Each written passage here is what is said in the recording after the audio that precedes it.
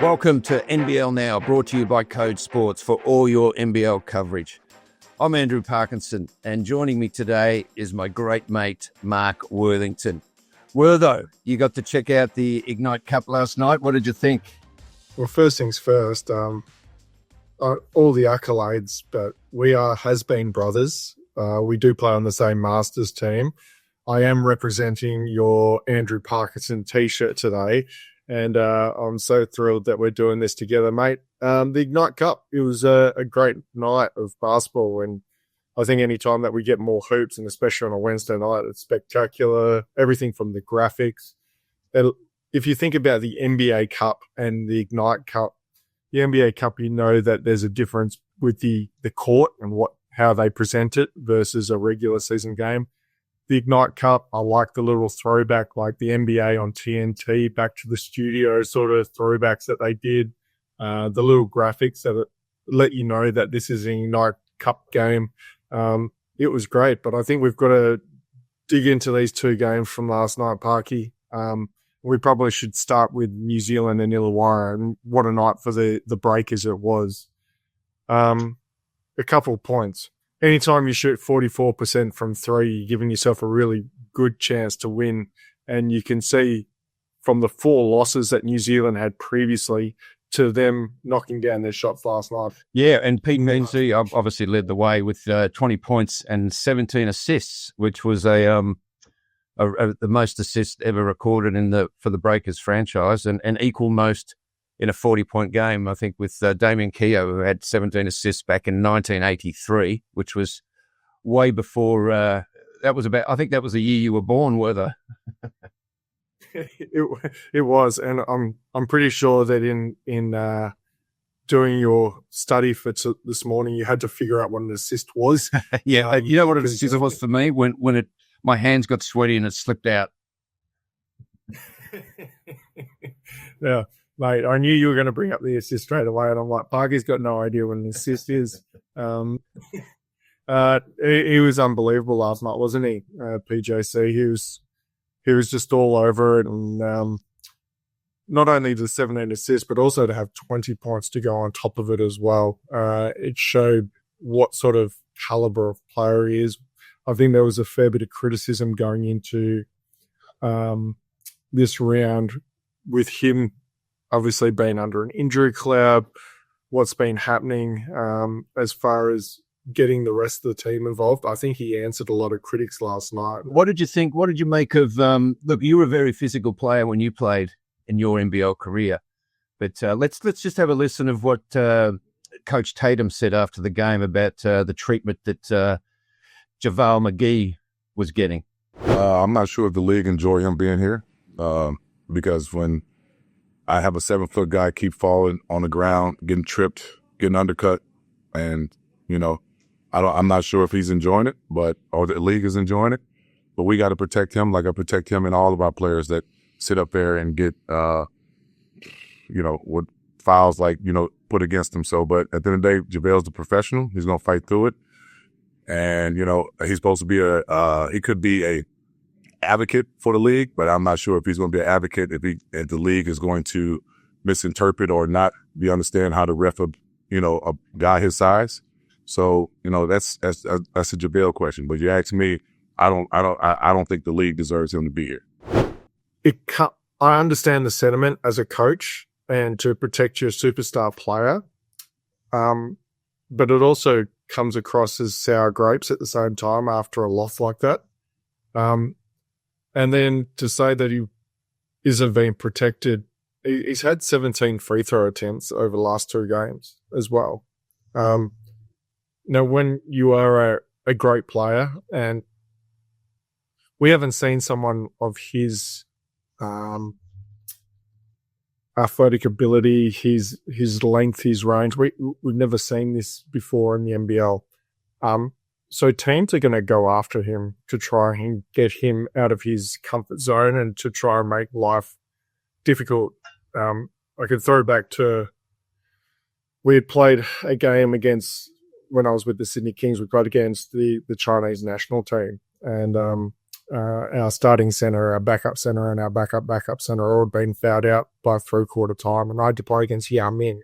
Obviously, it's not a match-up, but you try to get into the legs of a big guy, and it starts at half court. And it's physically wearing on the defender as much as it is on the offensive player. Where Javale he's got to keep his cool in these situations. We saw the one instance where he threw Rob Lowe down to the ground. Now that teams have seen that, they're going to go into him a lot harder. In fairness, I think the NBL refs have actually judged him fairly well to this. Whoa! Hang on. Where that you flagged this a couple of weeks ago on NBL Now with Kelsey, I think, and I think you did mention that something like this could happen, and you were hoping that the referees would treat Javale McGee, in the right manner and let him play his game. But so you're saying that refs are actually doing a pretty good job? I think they have been for the most part. Like there's always going to be incidents, and there's always going to be moments where, a player goes down too easily and all that. There's up to the umpire, the referees, to make that decision of whether the contact is great enough to impact the game. And from what I've seen so far, I think they've actually done a fairly good job. It's always going to be physical down on the low post, and Javale has got the moves where he can go at it. But to say that was he getting undercut? Was he getting tripped? Was he getting checked and tripped and undercut as Coach Tatum suggested? What did you see? I would throw back to the Wildcats game when I thought Mason Jones went underneath his legs as he went for a layup. And incidental or not, I thought that should have been an unsportsmanlike foul at the time. But all I've seen him do is probably more so it's the bumping down the court and making it hard for him to get to his spot. So I don't necessarily agree with Tatum's comments. I do agree that protected is not the right word, but I agree that we need to continue to, he's one of those players that we need him to be on the court more than he's on the bench. But that's also a responsibility of Javale to not throw a player down to the ground or commit silly fouls when he gets frustrated. You got to stand up for yourself, but it's got to make sense at the time. Yeah. So let's move on to the game 2 now. Now, we both had the privilege of playing for Brian Goorjian, but what did you think of some of the lineups he had out there last night? Of course, this was touted as a rivalry game. I think the Kings were slight favourites in this because Shea Ili, was ruled out with his hamstring before the game. But Melbourne looked pretty comfortable and ended up winning 107 to 93. So a 14-point victory in the end. But what did you see in that second game last night? I had this thought at the start of the season, and the spacing of the Kings isn't there. Delhi is struggling to knock down shots and is triggering the offense from the mid-post. KD is a long two sort of player. He's not a three-point player, and he's not so he shoots in that mid-range. And then you've got Xavier Cook. So now your 3 star players are all within the keyway, essentially. And so you'd give Kyron Galloway a tick because he can spread the floor. But you're expecting a lot more out of Kwatnoi, out of Bull Qual, out of Tim Suarez to be able to stretch the key. And so I think at stages they're going to have to be a bit funky, and obviously they've been crippled with injuries with Kelly LePepe and Spurgeon, which means that the big depth is lacking. But they're almost going to have to play a Golden State Warriors type of game where Draymond Green's at the 5.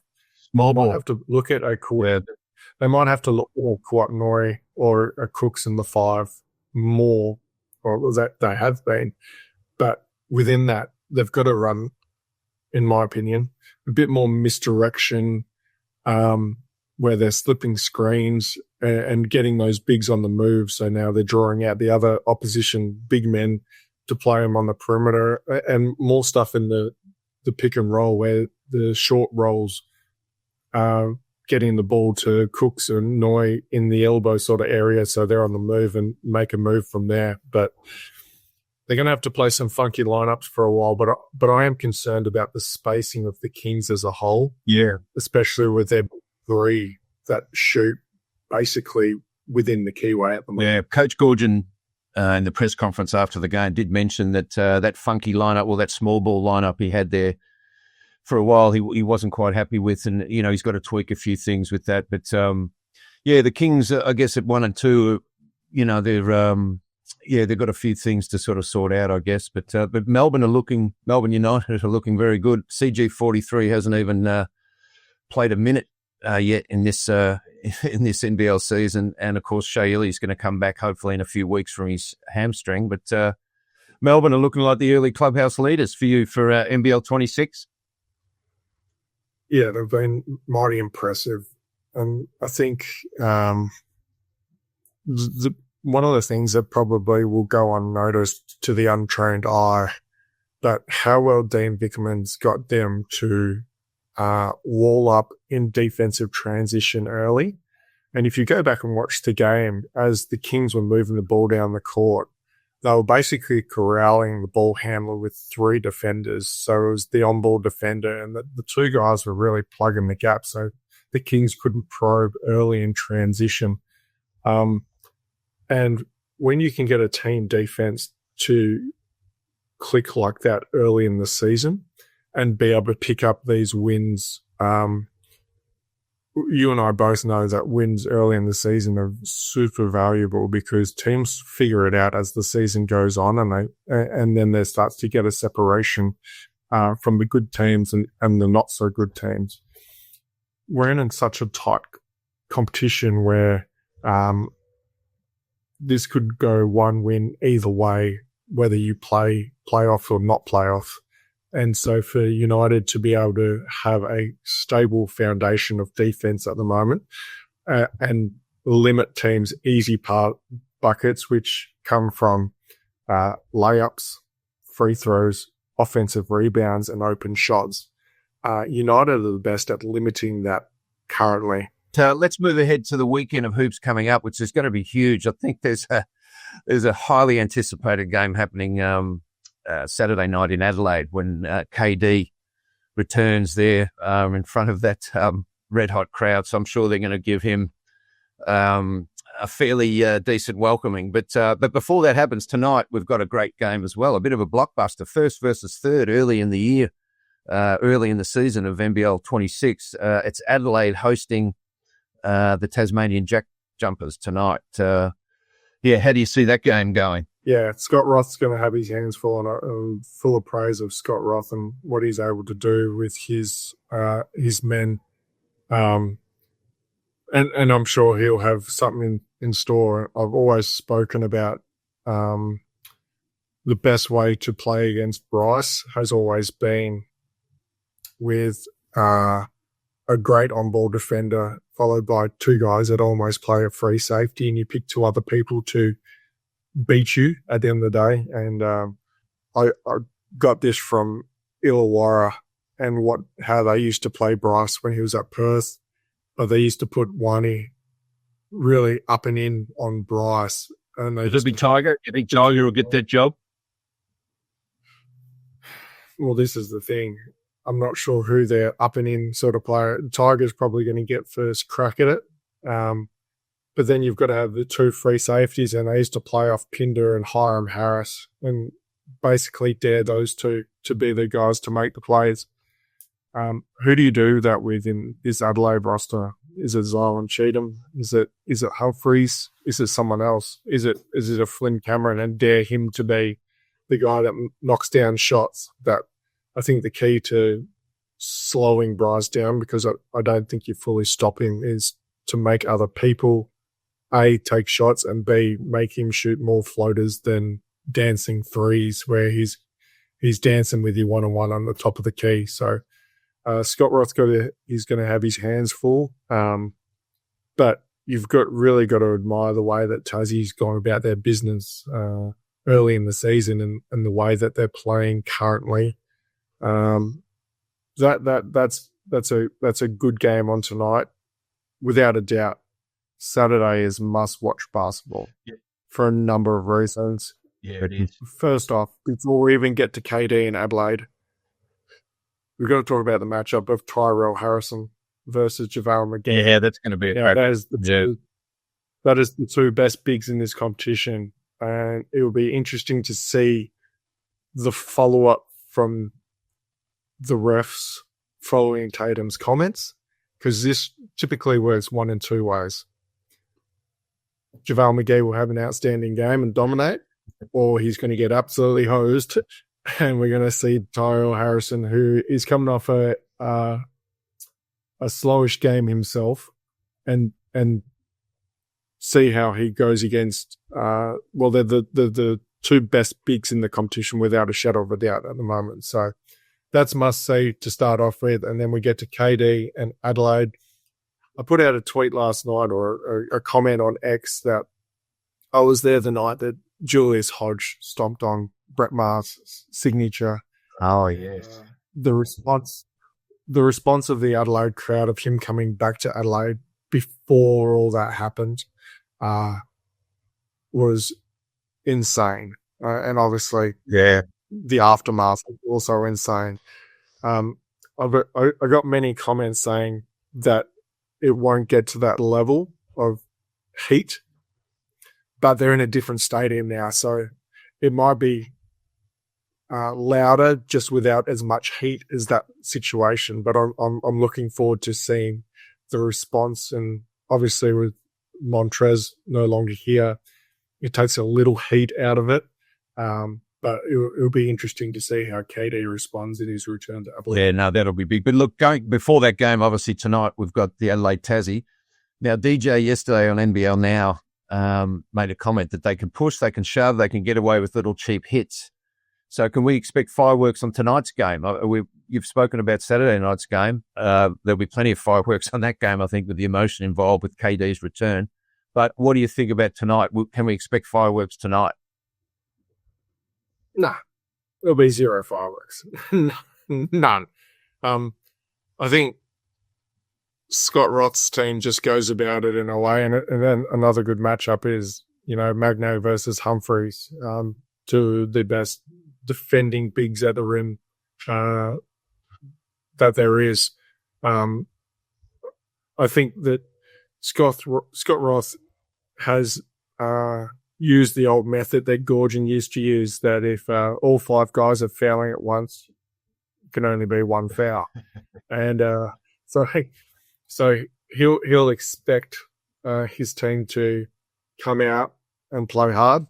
And it's up to Adelaide to respond to that. As far as the pushing and the shoving and all that, I don't really see it going that way. I just think that Tassie will play the way that Tassie do, which is blue collar, hardworking, and it's up to Adelaide with their immense talent to be able to, counter that with outstanding offensive play, and they've got the capability to do so. Yep. So we'll wait and see how that plays out. Well, before we wrap it up, what's your tip for tonight's game?